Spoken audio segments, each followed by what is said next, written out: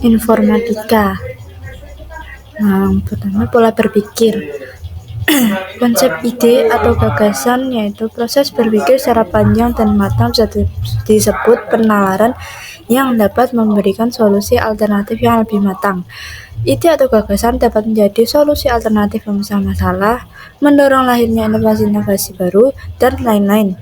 Ide tidak selalu langsung sesuai, tetapi masih sebatas bayangan yang disimulasikan secara mendalam sesuai kemampuan otak. Simulasi ini masuk dalam kategori berpikir logis dan sistematis, yang kemudian dituang dalam bentuk kode program yang dapat dikompilasi.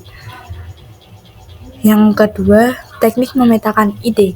Kompleksitas permasalahan yang ditemui harus diimbangi dengan visualisasi penjabaran ide atau gagasan secara detail, jelas, dan mudah dibaca. Berikut tahapan untuk mengkategorikan, menjabarkan, dan menggambarkan ide dalam sebuah sistem pemetaan. A. Yaitu menentukan tema utama. B. Menjelaskan komponen pendukungnya. C. Mengembangkan lagi menggunakan sub-sub item yang mungkin muncul. D. Rangkaian ide utama dan subtema harus saling berhubungan secara logika dan mewakili proses berpikir yang divisualisasikan. Langkah-langkah yang harus dilakukan ketika memetakan ide atau membuat kerangka penjelasan yaitu menentukan tema utama. B. Identifikasi setiap cabang-cabang yang mungkin ada. C. Dari subtema dikembangkan lagi dengan sub-item yang mungkin muncul.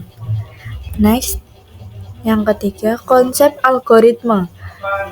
Algoritma adalah secara sistematis dan logis untuk menyelesaikan masalah dengan urutan langkah yang jelas. Algoritma melibatkan proses logika yang sistematis, rasional, dan dapat diterima akal.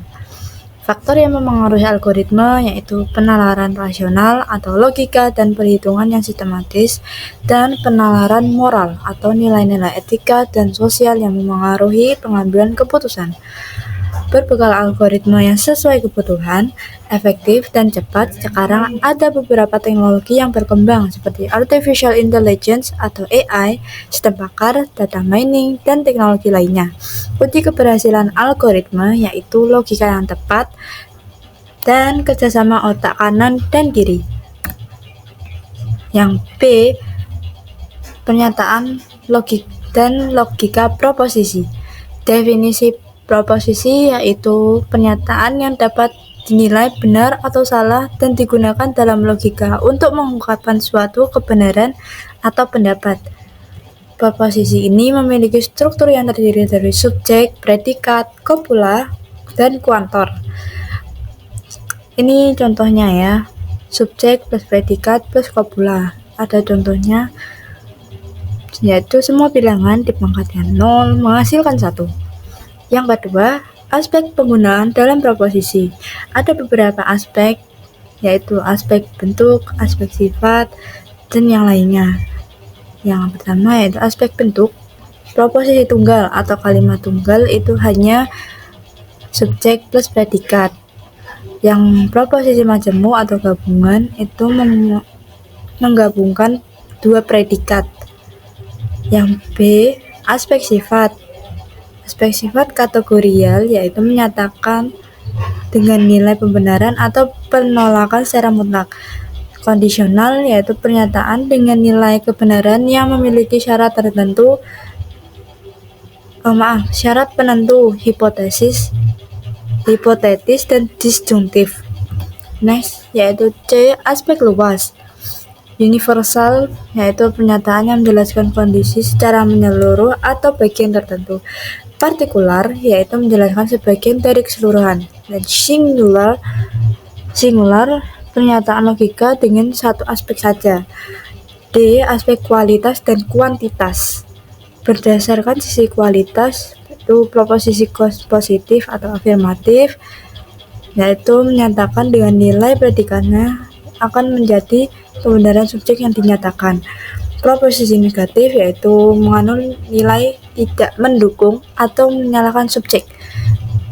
Namun berdasarkan aspek kuantitas yaitu universal atau umum, yaitu menjadikan pendukung atau penolakan kebenaran semua subjek yang dinyatakan. Yang proposisi khusus atau partikular yaitu pernyataan logika yang membenarkan sebagian subjek. Ini proposisi A, E, I, O. Yang A itu singular positif untuk menyatakan tentang kebenaran pengetahuan secara menyeluruh. Singular negatif yang mengandung makna penolakan. Yang I partikular afirmatif yang menjelaskan sebagian dari semua kebenaran. O partikular negatif yang menyatakan sebagian dari penolakan atau pengingkaran. Yang C logika matematika.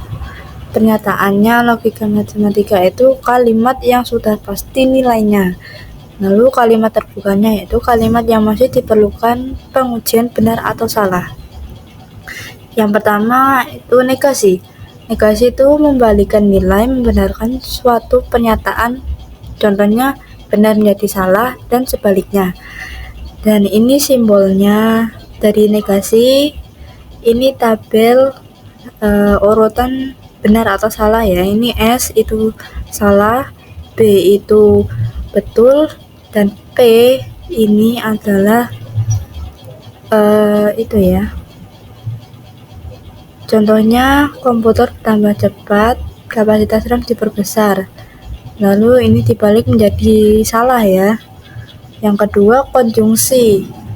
Ini simbolnya dan ini tabelnya ya teman-teman. Konjungsi itu menggabungkan dua pernyataan dengan kata dan menghasilkan nilai true atau benar jika kedua pernyataan benar. Jadi benar itu menjadi benar salah itu menjadi salah. Dan sebaliknya. Yang ketiga disjungsi. Dan ini simbolnya tabel. Disjungsi itu menggabungkan dua pernyataan dengan kata atau menghasilkan nilai benar jika salah satu pernyataan benar. Jadi ini mengambil kebenaran dari salah satu pernyataan ya. Ini dia contohnya. Langsung saja. Yang keempat yaitu implikasi. Implikasi itu menggabungkan dua pernyataan dengan kata jika, maka menghasilkan nilai salah jika premis benar dan kesimpulan salah. Jadi ini ya, ini contohnya dan ini tabelnya. Next, yang kelima yaitu biimplikasi, yaitu menghubungkan dua pernyataan dengan kata jika dan hanya jika, menghasilkan nilai benar jika kedua pernyataan memiliki nilai kebenaran yang sama. Ini beda dari yang lainnya. Ini kalau keduanya salah itu menjadi benar. Namun bila semuanya benar itu tetap sama benar ya. Nih, yang salah dan benar itu masuknya ke dalam yang benar. Oke, next yang terakhir yaitu metode penalaran. Yang pertama deduktif. Metode penalaran yang dimulai dari pernyataan umum dan diakhiri dengan simpulan khusus. Penalaran deduktif menggunakan aturan logika untuk mencapai simpulan yang pasti, khusus, dan akurat. Contoh yaitu premis 1, teknologi fiber optik mampu mengantarkan data hingga ukuran gigabyte. Premis 2, komputer Tony menggunakan sambungan kabel fiber optik. Konklusinya, komputer Tony mampu menghantarkan data hingga ukuran gigabyte. Jadi ini kayak simpulan ya. Ini ada jenisnya, silogisme, negatif dan error, dan entimen. Silogisme yang negatif menggunakan kata penghubung tidak atau bukan, sedangkan entimen menerapkan pola pikir deduktif secara langsung tanpa melalui mekanisme silogisme. Yang kedua itu induktif. Nah, induktif itu beda dari yang sebelumnya ya. Kalau yang sebelumnya itu pernyataan umum dan simpulan khusus. Kalau yang ini sebaliknya, itu pernyataan khusus dan diakhiri dengan simpulan umum. Penalaran induktif menggunakan data dan pengalaman untuk mencapai simpulan yang benar. Contohnya ini ya, itu simpulannya itu biasa. Semakin tinggi dataran dari permukaan air laut, maka cenderung dingin hawanya.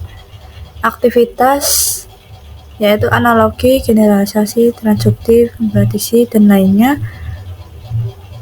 Penalaran induktif membantu kita memahami pola dan hubungan antara data. Yang terakhir yaitu abduktif.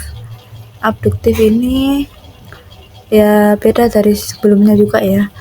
Penalaran yang memilih salah satu opsi argumentasi yang dianggap mendekati kebenaran. Ini penalaran abduktif menggunakan pengalaman dan pengetahuan ya. Solusi, simplicity atau kesederhanaan, koherensi, prediktibilitas atau komprehensif ya, maaf. Contohnya pada waktu malam hari, sistem e-learning sekolah mudah dan cepat sekali diakses karena minimnya jumlah user yang menggunakan. Dapat disimpulkan bahwa server tidak melayani pengguna dalam jumlah banyak. Jadi ini mencari simpulan yang mungkin benar ya. Sekian, terima kasih. Dadah.